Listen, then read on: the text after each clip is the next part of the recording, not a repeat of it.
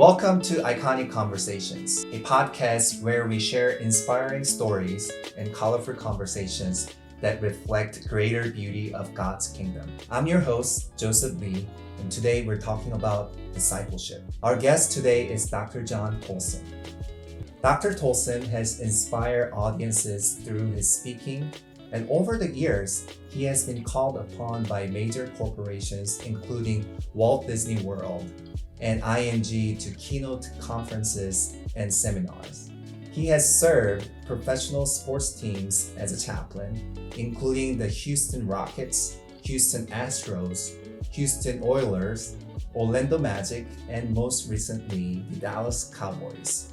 He's the author of Take a Knee, a motivational book based on locker room messages he gave to the Dallas Cowboys, and co-author of The 4 Priorities, which challenges men and women to become disciples who make disciples. As an avid basketball player and fan, he holds a personal best record of 127 straight free throws. Married to Punky Reynolds Tolson in 2001, John is the father of 2 grown children with his late wife, Ruth Ann, and has 3 adorable grandchildren. John received his Master of Divinity from Columbia Seminary and Doctor of Ministry from Fuller Theological Seminary. Additionally, he has a special study opportunity at La Abri Fellowship with Francis Schaeffer in Switzerland. Personally, John discipled me for over a year. He has been a great friend, mentor, and voice in my life, and it's truly an honor to have him with us today. I hope you enjoy this episode. It's an honor to have you here, John, with us today. Welcome to Iconic Conversation. Thank you so much. It's great to be with you. Look forward to it. So today we're going to spend most of our time talking about discipleship. But I know something about you, that you've been a youth pastor for a long time. So I feel like you have something to say about youth ministry too. I was a youth pastor myself for a decade, and you've helped me to figure some things out when I was a youth minister too. So I wanted to ask you, tell us a little bit about your years with youth ministry. And you switched to focus on men and discipleship. So why did you make that change? And what prompted you to move in focusing on from youth ministry to men's and discipleship? Oh, well, that's a good question. When I finished college, I signed a contract to coach in a college in Mississippi.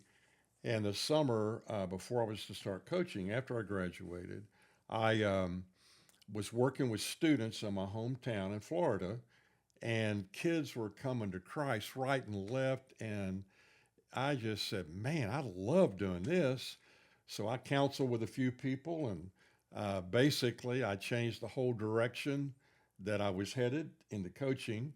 I was still going to be coaching students, but I went to graduate school, got out of graduate school, which you just alluded to. And then for the next 15 years, I guess, I worked with students in 3 different churches, the last being here in Dallas, Texas. And the work, all 3 of those places, was very significant. And I really felt that and sensed that was exactly what I was supposed to be doing. But when I was in Dallas, I noticed 2 or 3 things that got me to thinking about fathers and men.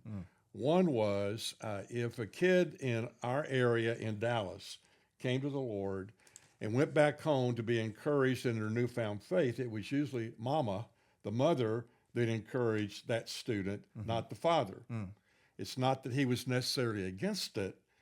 He just he wasn't prepared to do a whole lot to help their son or daughter to move forward in their faith. Secondly, a study was done during that time, a national study, that said in a family, if the father was not plugged into Christ, you had about a 22 to 23% chance that the kids would come to Christ. But if the father is plugged into the faith into the Lord, you've got almost a 90% chance that the kids someday would come to Christ. You know, I was a PE major. I'm not real good at math, but I got that. I understood that. And you know, again, I had to reflect back on how I grew up. Mom and dad were divorced when I was 2. I never met my real father. A stepfather came into my life when I was about 7. He had no idea how to be a dad, so he really wasn't engaged in my life as I was growing up through high school. So as I began to look at all those different factors, look at the work I was doing in Dallas, look at where I felt fathers and men were, I said, you know, I got to do something with men. So there's a whole long story how it all developed, and it's a powerful story. But so I've been working with men now and been doing that work for about 48 years. That's great. So you've been working on investing your time on discipleship a lot. If you can say there could be like one thing the church can do differently in our churches today, what would you encourage them to change just one thing for their discipleship in our churches today? Well, I think to me, from my experience, talking to pastors and people that work in churches and so forth, and even ministries like FCA and Young Life and so forth, there is a great deal of confusion when you talk about the term discipleship, disciple making, and so forth. I remember being in a group a few years ago of church planters. They're going to start churches, about 20 people. I was asked to come have lunch and share some thoughts. So I read a key passage on disciple making, Matthew 28:19, where Jesus said, go and make disciples. And we'll come back and talk about that in a moment. But I just read the verse and said, what do you think that means? Nobody said anything for about 2 or 3 minutes. And finally, somebody spoke up and took a shot at it and had it about half right.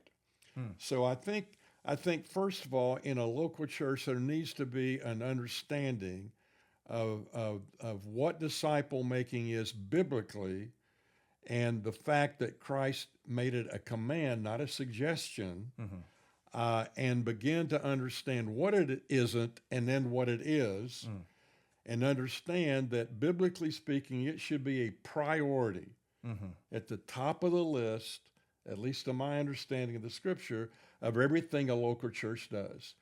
There are very few churches in Dallas and in America that make disciples who make disciples who make disciples. And as a result of that, I think there's a great deal of immaturity in the lives of the believers in local churches. It doesn't mean they don't know the Lord, doesn't mean they're not going to heaven, but people are not being developed. And the second thing I'd say in light of that is, it's not so much about church growth, but as it is church health.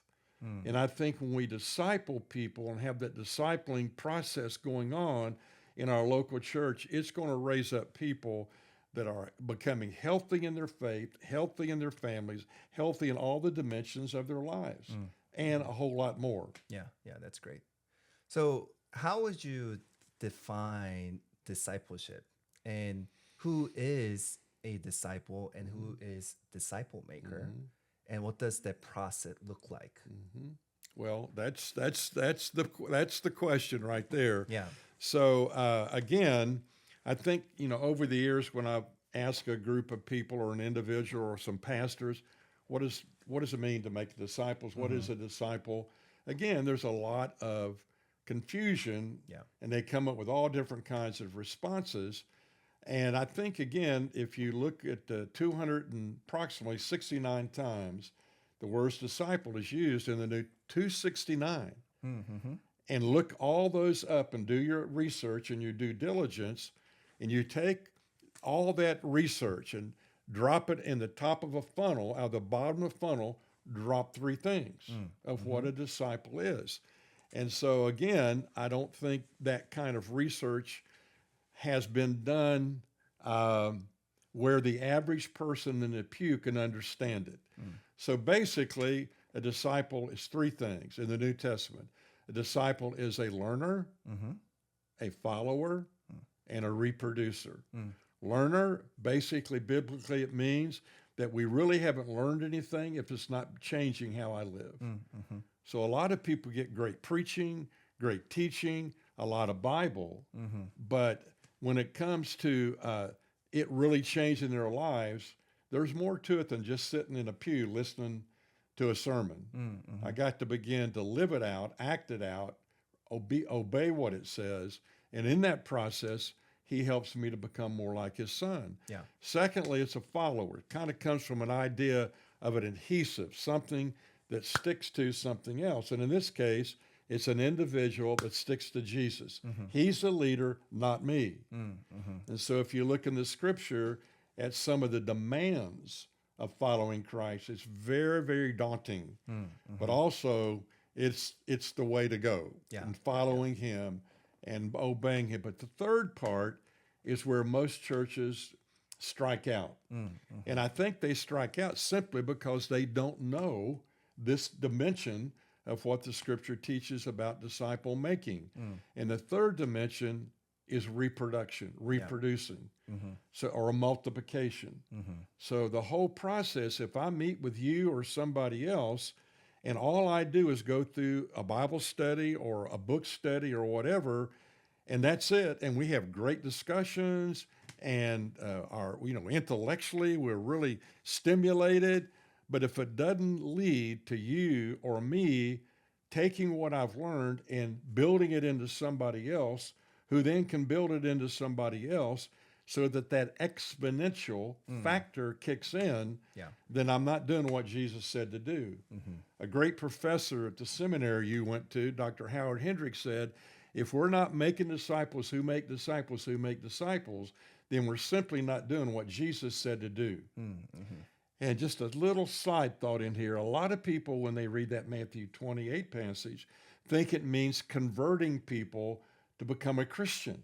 It certainly involves that, but it involves so much more than that in terms of the maturing process and the multiplication process. Yeah. I think that's one of the things that churches are missing, obviously, a lot in my experience, the reproducing part. And a lot of churches now have like discipleship courses and classes, but they're not really putting much emphasis on reproduction. That's right. Yeah. So, in the Gospels, we see that Jesus calling his disciple, come follow me. But in the modern context, how do you discern who will be your disciple? Do they come to you or you pick them? How does it work? Well, if they pay me enough money, I'll take them on. Yeah. No, just kidding. Just kidding. No, I think there are two strands to disciple making. Strand one or track one is when you take on either a brand new believer or a person that has known Christ and or had a relationship with him for a long time, perhaps, and you help that person through a process to get a faith foundation built under their lives that they can begin to integrate into their own lives and their living. That's great. That's one track. Not expecting them to do any reproducing in the lives of others and helping them, just you're getting them going. But track two is where I think we really have to pay a lot of attention.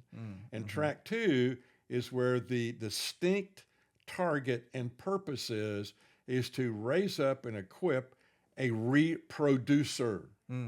So you lay the faith foundation, but also you expect of the person you take on to be a reproducer. So when I take somebody on, just like when you and I met, I said, okay, Joseph, if you want me to do this, you need to go pray about this and think about this. But what I expect is that when we're done, you will take at least one person a year and do what I did with you with them and do that the rest of your life. And the whole purpose is to make a reproduce. So what are you looking for? Well, I'm looking for somebody who will take that challenge and that expectation, but I'm looking for basically fat people, faithful, available, and teachable. Faithful, available, and fat people. And these are people that they're going to show up. They're going to do what they say they're going to do. They're available. They're not going to make excuses in terms of time. They're going to make the time, and they're teachable. They don't come across that like they know everything, or they are hungry also to want to grow and follow Jesus, and they also are desirous of making a difference in the lives of other people. So that's what I look for. Yeah. And you don't find that just with one quick little meeting with somebody. So the best way I have found over the years to find these people is let him find them for me and bring them in front of me. So that means I got to be on my knees praying up the next person or the people he wants me to invest in. So that's what I try to help other people to understand too, and go about that process in identifying who the people are. And not everybody's ready. Yeah. But there are a lot of people that are ready. Yeah. So you're a speaker and you're also disciple a lot of people, but you've also written a book called The Four Priorities. Yeah. And we've personally gone through it, and I've gone through with other people too. Yep. Tell us about your book. What's the central message behind that book, and how does it work when you disciple others using your book? Yeah, here's what the book looks like, but most importantly, I'm going to tell you about it. So a number of years ago, when I was living in Orlando, Florida, and I was contemplating on moving to Dallas, and I was thinking back on over the years different things that I'd done, speaking, teaching, and so forth. The thing that came to my mind when I asked the question, where do I feel like God has used me the most? It was a handful of people, wherever I lived, that I gave my life to and discipled them to disciple others. And then as I started reflecting on that, I said, what did I do with them? I said, basically, I focused on 4 principles or priorities found in Matthew chapter 22, 37 to 39, when Jesus was asked by a religious lawyer, what's the great commandment? Jesus, who always gets to the point, he's never superfluous, he doesn't waste his words, he said, here it is. Number 1, love the Lord your God with all your heart, mind, soul, and strength. That's the big one. But the second commandment, he says, is likened to the first, that you love your neighbor as you love yourself. So in that passage, I see 4 things falling out. Obviously, number 1, love God. Do everything you can with God's help and others around you and the local church to mature and develop that intimate relationship with him. But it's very interesting, the second one. You might run right on and say, well, do something with your neighbor. Help people that are in need, compassion, or help people come to Christ, evangelism. But that's not what it says. He says, the second commandment is like to the first, you love your neighbor as you love you. So we call the second priority a commitment to loving yourself. And the kind of the principle behind that is you'll only love somebody else to the degree you love yourself, and you'll only love yourself to the degree you know how much God loves you. So we lay out in the second priority, here's what God says about you and what he thinks about you and how he feels about you. So when you get that ingrained in your heart and life, then you have the possibility to through his living in and through you, to deeply care for your family, for other people, significant people, or just people in general in your life. So the second priority, that's what that one is. And we talk about, if you love yourself, then take care of yourself physically, mentally, socially, emotionally, obviously spiritually. And that's all in the second priority. Third priority, he says, love your neighbor. And I think the Bible says love everybody. But there seems to be a priority with believers caring for other believers. So in that third priority, we talk about your relationship with other believers, whether it's in your family, husband, wife, your children, etc., and then go on from there. And then the last part of that third priority is, how am I to function in a local church, in a local body of believers? And then obviously the other neighbor that's left are people that don't know Christ. So that's the fourth priority. a personal progressive commitment to the work of Christ in the world, which means helping people come to know him and meeting the whole person needs of an individual. So I kept looking when I was thinking about moving to Dallas, is there a Cliff Note version of everything Jesus taught? Something that's very succinct and to the point. And I kept coming back to Matthew 22, 37 to 39. And I think basically you can take those four priorities like hooks, and you can go through the four Gospels. And I believe every major issue in the four Gospels, you can hook it onto one of those four. So it's a good way to remember the key things. It makes it simple and yet profound. Just four things. Know four things, do four things. Pass four things along. Know four things, do four things, build those four things into somebody else so they can do the same. Where can you find this book? Where can you buy this book? Everything comes out of our office. Okay. So the TolsonGroup.com, and you just go on the website and you'll see how to scroll through there and go to the point where you could order the book. Okay. Or you call our office. Okay. Yeah. So what are some common challenges do you see that arise in discipleship? Well, how can churches and individuals prepare for them to navigate through those challenges faithfully? Yeah, I think two or three that I've experienced, and then others that I've observed. And this is where you got to be really careful who you pick. And a lot of times, if we don't pick wisely, prayerfully, we're going to get people that say they're serious about it, and after 2 or 3 weeks, they begin not to show up, or they come and they don't do their work. I had a guy that went through that with about 12, 13 years ago, and man, I thought this guy was going to change the world. He came in first 2 or 3 times. We are having great discussions. He's really digging in and applying it to his own life. Then he misses one. Doesn't call me. He misses. And then he comes back, but doesn't say anything about missing. A couple of weeks later, he misses again. Then he misses again. So you got to be willing to do this now. Somebody said, if you're not willing to fire people, you can't be a leader. So I said, listen, we've gone up and down with this. I don't know what's going on with you, but I don't think this is the right time for us to go through this. Why don't you take a little time off, and when you're ready to get after it and come after it and can be consistent, then we'll get back together again. I'll still be your friend. We can have lunch anytime you want to have lunch. But I think the issue is not understanding the expectation and really believing that I'm serious about it. I think the other one is people, even in the initial recruiting of somebody, they're often, especially a lot of the guys that I've discipled that are now looking for other people, they run into, well, I'm just too busy. But let me tell you something. If a good hunting trip comes up or a front rows at a Mavericks game, they're going to figure out how to get there. So I don't buy that. So I'm looking for people that are serious about this. And again, too busy. I don't know enough. I can't do it. This is for the preacher to do. It's not for me, which is all wrong. And I think it's going to be a sad thing someday when very sincere people that are born again going to heaven, and the Lord's saying, all right, what do you got? Give me an account. Who'd you disciple? This was a command, not an option. So where are your people?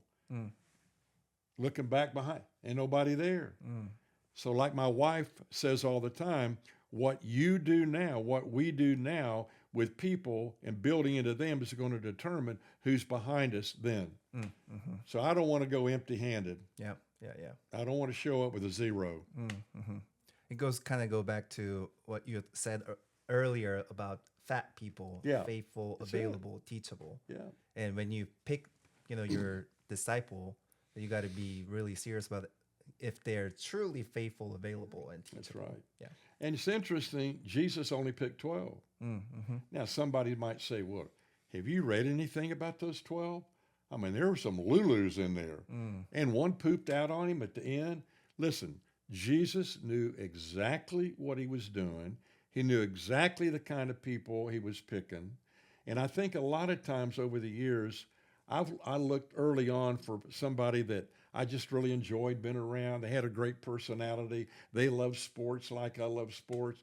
Some of those people pooped out. Mm-hmm. So a lot of times, if it's the right person the Lord has for you, they are often unassuming, and they may surprise you the ability and the heart and the commitment that they have. Mm-hmm. So don't dismiss somebody just because they may not fit what you're thinking in your mind they ought to look like. Yeah. So when you disciple your disciples, that you use this book to disciple them. Yeah. So what does that process look like from the beginning? Yeah. And then you kind of walk through not only this book, but you really do like life together, right? And then you graduate them.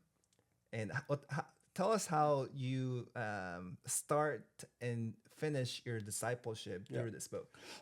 That's a great question. And so when we start, day one, after they make the commitment, I said, each time you need to come prepared. I want to look at your book, Four Priority Book, and I want to see marks in it, colors in it, notes on the side. I want you to take notes as we're going through this.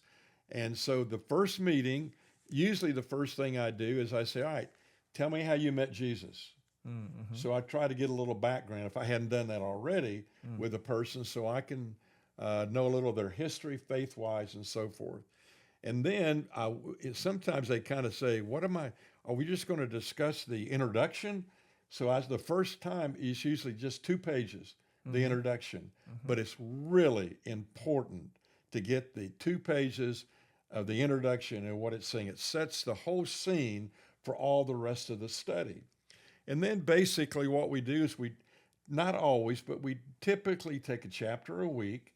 If we don't finish, or I don't think we have spent enough time on it, I say, okay, come back next week. We're going to keep going in the same chapter. Okay. Sometimes if something's going on in the person's life and they're struggling with something, trying to make a big decision or whatever, we will spend the whole time talking about that. Mm-hmm. So it's not like I'm so stubbornly just trying to get through the book. Mm-hmm. It is life on life, which is what Jesus did. Mm-hmm. But we have a guide. Mm-hmm. This is the game plan, the 4 priority. And by the way, some people say, well, I just want to study the Bible. Mm-hmm. Okay? If I ask the average business person to go disciple somebody and hand them this book with 66 books in it, let me tell you, you're going to have about a 1 in a million that are going to do that. So where do you start? Do you start in Leviticus? Read Leviticus here. You read that one. You'll see why that's kind of a chuckle here. But in this book, there are over 1,000 verses or passages of Scripture. It's all based on the Word of God, but it's palatable to a person that might feel like, well, I haven't been to seminary, I haven't memorized verses, I do have a Bible, and so forth. So as we go through it, typically what I'll do, not always, but typically, we get down to about the 3rd priority, maybe halfway through that. I'll say, okay, you're leading our time together next week. Mm-hmm. So they'll have a safe environment to practice how to lead with me in a meeting, and we'll do that numerous times. Mm-hmm. But when I get to about the first part of the 4th priority, I'm thinking, all right, you need to start praying about who's the person you're going to disciple. Mm-hmm. Start making a list, start praying, keep your eyes open. And then when it comes down to the time when we conclude, we'll go back and kind of do an overview of the whole 4 priorities. And I'll ask them, what has meant the most out of this? How has this changed your life? Mm-hmm. And then we do a little process, just like in a relay race. If you've ever seen a relay race, it's you pass the baton. The passing of the baton is critical. Mm-hmm. If you drop the baton, you're probably not going to win the race. Yep. So we literally pass a baton. They have their name on the baton, when we started, when we completed, a couple verses of Scripture, and I'll pop it to them and say, now it's your turn. Now it's your turn. Yeah. Now, it's not over then. Mm-hmm. So I keep up with these people. I have a notebook called a prayer notebook, Mm-hmm. and every one of the people I've discipled, every month I take a picture of that prayer sheet and say, what can I pray for you in February? They'll send me a picture back with their request. I'll write them down. Mm. And so that is one way I keep up with them. Yeah. Yeah. Or I'll call them, we'll have lunch, whatever. Uh, but I just don't dump them and drop them. Yeah. Yeah. Yeah. So that's the basic process. Yeah. Yeah. Yeah. And I really appreciate you keeping up with me every month, asking for a prayer, and that's a way for me to, stay connected. I mean, I know Yeah. we also catch up on other times too. Yeah, you bet. But that's like a regular basis. And Yeah. I should have brought that baton that you gave me. Yeah. Yeah, and I still have it in my office, sitting there, and I've gave a few batons to other people and asked them to do the same thing. Yeah. So, well, as you think about next generation, Gen Z and millennials, what do you see their biggest discipleship needs? What are some pastoral exhortation that you can give to the next generation? Well, I think two things. I think number one, if a person in these two categories knows the Lord, number one, then somebody's got to pay attention to them and give them time. Mm-hmm. And they may not be ready to make a commitment to disciple somebody else once you go through the process, but they need somebody who will give them a friendship and help them go through the basics of the faith, whether it's the 4 priorities or other good material that's out there to make sure they've got the basics down. Secondly, I've found that when a person hits around 28, 29, 30, it all depends on the individual. I've got a good cadre or core of guys that I've discipled 28 to maybe 33, 34. And they pretty much follow through and carry it out. If I take somebody 21, 22, 23 and expect them to go disciple, unless they're extraordinarily mature, they're not going to do it. So you just need to know that going into it. You don't ignore either one of those groups of people. And I think we make such a big deal, maybe because it's marketing to this group of people. They're just people. They're broken sinners like everybody else. They need the grace of God. They need a friend. And I think when somebody really cares about them and they know they care and they're walking through life with them, it's the same whether they're 35 or 55 or 95. It's the same dynamic. So I don't really pay a whole lot of attention to the marketing thing. If I get to know people, I know what they need. They need Jesus. They need a friend. They need somebody to challenge them and stick with them. Yeah. Can you share some stories of individuals or churches that you know or worked with who are championing in discipleship? Yeah. Well, I'll start with a church. So I do quite a bit of work in Jackson, Mississippi, which is about a 6-hour drive from here in Dallas. And I was over there maybe 4 years ago, 4.5, 5 years ago, and with a couple business guys, and they put a big meeting on with about 600 pastors, and they were getting ready for a big deal in the Coliseum in Jackson to bring blacks and whites together because there's still a lot of healing that needs to happen in that state. And these guys were trying to do that and getting the pastors involved in it. But one of my buddies who put this on said, John, just get up and say something about disciple making. So I took 7 or 8 minutes and said something about it. And when it was over, these two guys bought 600 books, gave each pastor a 4 priority book just to get them thinking about discipling and the priorities. So when I get back to Dallas a couple of days later, my assistant said, man, somebody lit a fire over there because this church they ordered 100, then 50, and then another 100. So I said, well, I got to find out who that is. Yeah. So I did. And next time over, I had breakfast with this guy. And his name's Terry. And he's got a little church out in the country. And I thought it was a little church out in the country. And I said, Terry, how'd you get to be a preacher? He said, well, John, I was a bouncer in our bar and I bounced right into Jesus. I said, and this guy's great. I said, why are you buying all those books? I said, you jacking the price up and selling them, making you some money? He said, no. I said, well, tell me, why are you getting them? He said, I got that book that day. I heard you talk. I went back to my office. I closed the door and I said, I love my church. I love to preach. I love my people. We're the third fastest growing church in the state of Mississippi of baptized new believers. How did I miss this disciple making? So I said, what'd you do? He said, I bought another book. I picked a guy. I did exactly what you said. And then when we were done, he took a guy and I took a new guy. In fact, I haven't preached on it yet. I haven't put anything in the bulletin about it. Just through word of mouth, we've got about 100 people now that are picking people and are discipling through the 4 priorities. It's changed the life of our church. So I went over there to do a training thing we do around the country called a Disciple Making Summit. They had 200 people in this little old church Friday night and Saturday morning for this training. And he said, would you preach on Sunday twice? So I did. And in this little country church, if you're standing out in the parking lot and looking out the main road, there's nothing across the road but bales of hay. No homes, no houses, nothing. Out in the boondocks. That morning, in that little church, over 1,000 people showed up. Wow. But the bedrock of everything they do now is disciples who make disciples who make disciples. Simply doing what Jesus said to do. Yeah. So that's one. There'll probably be people listening to this that think, well, I can never do this.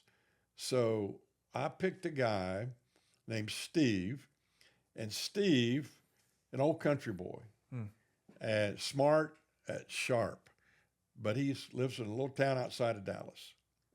So I said, Steve, I want you to take this guy on because we're working with this local seminary, Dallas Seminary, here in town, and I want you to take this guy and walk him through the 4 priorities. He said, okay. So about 2 months later, he called and said, John, I can't do this. So what's wrong? He said, this guy's smart. He's smart? Well, you're smart too. Get in there, you can do it. So I kind of kept encouraging him, and he said, okay. So about 8 months later, he calls me. John, this is Steve. Totally different tone of voice. He said, we just finished it up. This was unbelievable. I passed the baton. He's got it, his guy. He said, when I started discipling him, he was ahead in our country, in our government, of any transactions with other countries having to do with artillery and guns. So, man, that's a pretty big deal. You know what he's doing now? He's the head of cybersecurity for all of our key places all over the country where we've got a post out all over the world. I said, really? And who discipled him? Steve. Yeah. Steve, you discipled him. So this guy can't stop. And he's got his church where he goes now discipling. His pastor is discipling. And by the way, new studies have come out recently, and I hope there's a pastor watching this. I'd love to talk with you. But the study says approximately 90% of the pastors in the United States of America have never been discipled. So if you've never experienced it, you're not going to be able to understand what it is and make it a big priority. So that's a big deal. Let me give you maybe one more. I could go on all day with this, but here's one more. So I was getting ready to go downtown Dallas, and I was going to be speaking down there at a big church.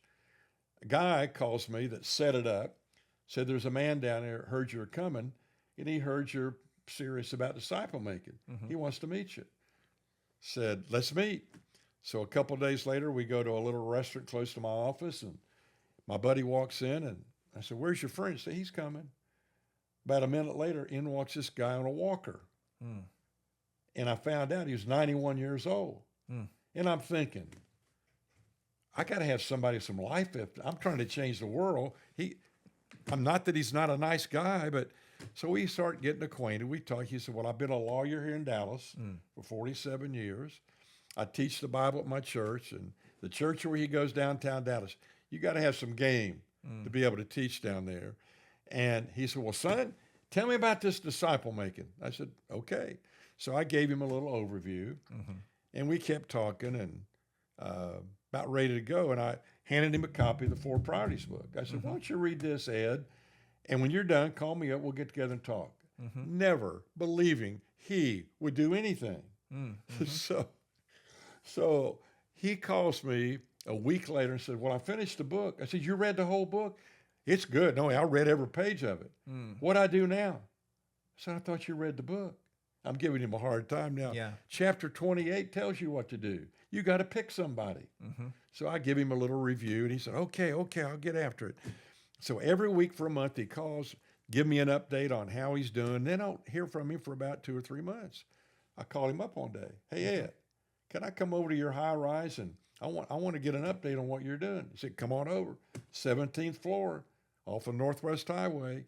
So I go over, and he and his 91-year-old wife meet me at the door. Beautiful smiles. He and I go sit down. What do you got? I'm expecting 0. I said, how many you got? He said, I got 5 guys. I said, you got 5 guys? 5 guys. How old are they? I'm thinking they're 85, 90 years old. He said, 3 are in their 30s, one's 50, one's 60. Did they make the commitment to read? He said, they made it. I told him, don't waste my time. I haven't got a lot of time left. Almost 92 at this point. And so about a month after that, he called and said, John, he said, I'm in the hospital. I was feeling weak, but they just put a pacemaker in. I'm going back tomorrow, and the guys are starting to come up one at a time. 5 one-on-ones. Wow. Every week. Yeah. Then he calls me another month later. He said, John, would you do me a favor? I said, man, I'd do anything. Well, I've never met anybody like you.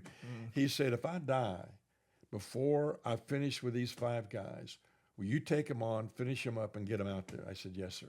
I give you my word. So at the end, or at the beginning of 2021, he calls, said, John, I graduated all 5 of them. I passed the baton. They're out there with their guys, and it's rolling. He said, I got 3 more guys coming in into February. We're starting up. And I said, Ed, this is unbelievable. So about the middle of February, his buddy called and said, well, Ed went home to be with Jesus. And I said, Dan, can you imagine this? That guy, 93 years old, just turned 93. He's got 5 stallions out there who are going to replicate exponentially, mathematically, multiplication-wise, the rest of their lives. Can you believe that? And so again, I was sad that he was gone, but I knew where he was. So about 6 or 8 months later, we're doing this training thing called Disciple Making Summit at Dallas Seminary. About 100 people there, students and people from out of town. At the end of the 6-hour training, I tell that story about Ed. Right-hand table, guy raised his hand. He said, you mind if I say something about Ed? I said, no. He said, I'm one of Ed's 5, and these are my guys. I said, why didn't you tell this when we began? I wouldn't have had to talk. That's exactly what we're after. He had been discipled. He's got his guys. He is getting them ready to take their guys. He's going to start with new guys. That's Jesus' plan to change the planet. So there's a couple of them. Yeah. Well, our time is almost up, but do you have any final closing thought or encouragement or exhortation for our audience who wants to grow in discipleship? Well, I'd say number one, if you're really interested in getting this going in your personal life or your church, if you're a lay person, a member of a church, or if you're a pastor, call me up. I'll be glad to help do anything I can to get you going. Or call Joseph up. He can do the same thing that I'm doing. So do that. The second thing I would say is, here's a principle. More time with fewer people makes a greater impact for Christ. Just because we are so prone to want big events, more people, doesn't mean we're making disciples who make disciples who make disciples. So more time with fewer people equals a greater impact for Christ. So I would say the number one issue is, are we willing to be obedient to what Jesus said to do? Well, thank you so much, John. Thank It's you. been an honor and privilege to have you at Iconic Conversations. Thank you for those who are listening to Iconic Conversations. See you next time.